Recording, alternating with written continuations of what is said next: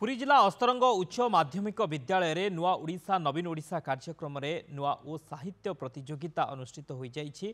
उत्कलीय संस्कृति रे श्री जगन्नाथ शीर्षक आलोचना चक्र अनुष्ठित होइथिला। कॉलेज अध्यक्ष डॉक्टर जितेंद्र कुमार सामल सभापतित्व रे अनुष्ठित कार्यक्रम रे मुख्य अतिथि भावे विशिष्ट बाग्मी तथा मंगला महाविद्यालय अध्यक्ष डॉक्टर अशोक कुमार त्रिपाठी, मुख्य वक्ता भावे जगन्नाथ संस्कृति गवेषक तथा विशिष्ट शिक्षाविद कवयित्री चिन्मयी सेनापति जोग देइथिले।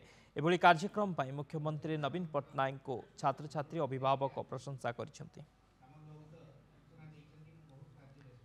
पुरी जिला अस्तरंग उच्च माध्यमिक विद्यालय रे नुआ ओडिशा नवीन ओडिशा कार्यक्रम रे नुआ ओ साहित्य प्रतियोगिता अनुष्ठित हो जाइछि।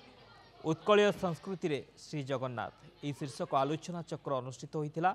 कॉलेज अध्यक्ष डॉक्टर जितेंद्र कुमार सामल सभापतित्व रे अनुष्ठित कार्यक्रम रे मुख्य अतिथि भावे विशिष्ट बाग्मी तथा मंगला महाविद्यालय अध्यक्ष डॉक्टर अशोक कुमार त्रिपाठी, मुख्य वक्ता भावे जगन्नाथ संस्कृति गवेषक शिक्षाविद कवयित्री चिन्मयी सेनापति जोग देइथिले। नुआ कार्यक्रम माध्यम सरकार प्रचेषा कर विभिन्न विद्यालय महाविद्यालय मानकरे ओडिया साहित्य और जगन्नाथ संस्कृति संपर्क में विभिन्न संपादन और आलोचना चक्र विभिन्न अनुष्ठान शिक्षानुष्ठान ये कार्यक्रम करा जाउची एवं जगन्नाथ संस्कृति या द्वारा अधिक व्यापक होगा चेष्टा चली।